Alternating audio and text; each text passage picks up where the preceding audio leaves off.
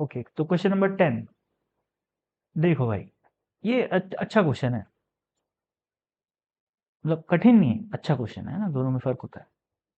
Describe the motion of the mass m shown in figure, the walls and the balls block are elastic. तो सोचो यहाँ पर क्या होएगा, स्मूथ है सब कुछ, लिखा हुआ तो नहीं है लेकिन अपन मान के चलेंगे कि वो स्मूथ है। नहीं, वैसे भी लिखा होता तो अपन ये बाय डिफॉल्ट मान के चलते हैं कि सरफेस स्मूथ है। फ्रिक्शन यदि रहता है तो फिर वो स्पेसिफिकली मेंशन किया रहता है कि रफ सरफेस है। ठीक, तो होगा क्या यहाँ पर, सोचो अगर फ्रिक्शन नहीं है तो ये ब्लॉक पहले तो ऐसे जाएगा और यहाँ पर स्प्रिंग से वो टकराएगा। स्प्रिंग से टकराएगा तो वो स्प्रिंग को कंप्रेस करना स्टार्ट करेगा, कंप्रेस करेगा, और मान लेते हैं कि वो यहाँ मैक्सिमम कंप्रेशन यहाँ तक कर पाएगा, ये यहाँ तक। नहीं यार, ये इतना अच्छा नहीं दिख रहा है, इसको पॉइंट मास मान लेता हूँ मैं।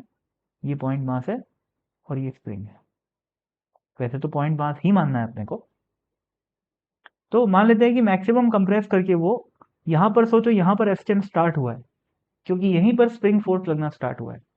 ठीक है, तो एसटीएम यहाँ तक चलेगा पहले, तो ये ब्लॉक जो है वो यहाँ तक पहुंच गया मान लेते हैं, फिर वापस आएगा।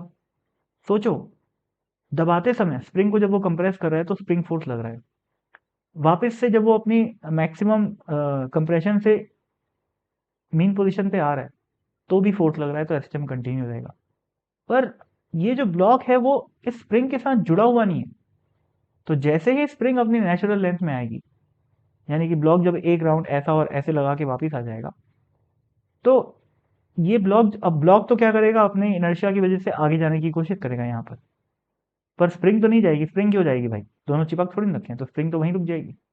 तो जैसे ही ब्लॉक ऐसे गया, ऐसे आया, सॉरी, ऐसे गया और ऐसे आया, यहाँ पर एसटीएम खत्म हो गया।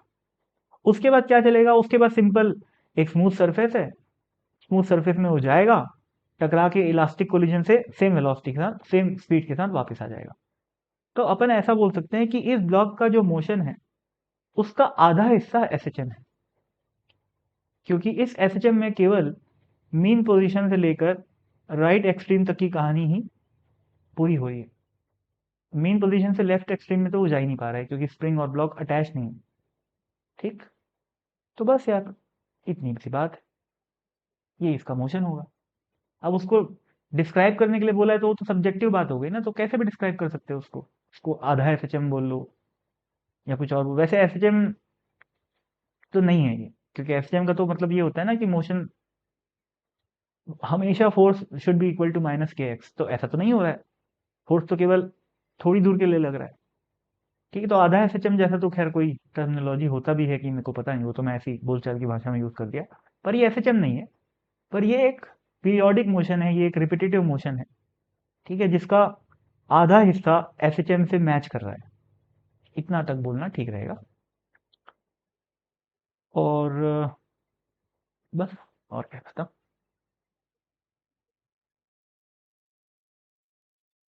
एक यहाँ पर और बात कर लेते हैं, जैसे मैं आप लोगों को बताया कि अभी ये जो मोशन है वो कैसा है, पीरियोडिक मोशन है, क्योंकि ये रिपीट कर रहा है अपने आप को, है ना भाई। वो यहाँ से यहाँ जा रहा है, फिर ऐसे आ रहा है, ये रिपीटेशन तो हो ही रहा है। और फिक्स इंटरवल पे होएगा, क्यों फिक्स इंटरवल पे होएगा, क्योंकि ब्लॉक को यहाँ से यहाँ जाने में और यहाँ से यहाँ जाने में हर बार बराबर समय लगेगा, क्योंकि ब्लॉक की वेलोसिटी में कोई डिक्रीमेंट या चेंज नहीं आने वाला है।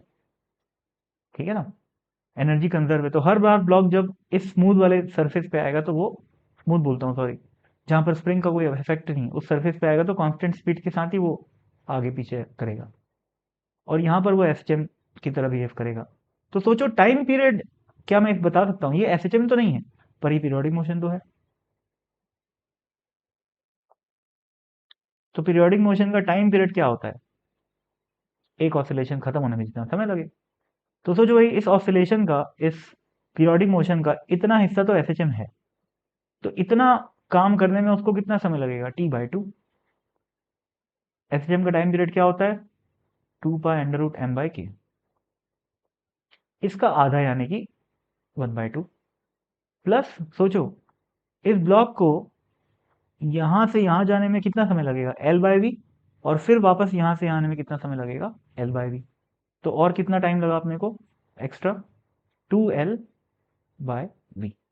So this is the total time period of this periodic motion.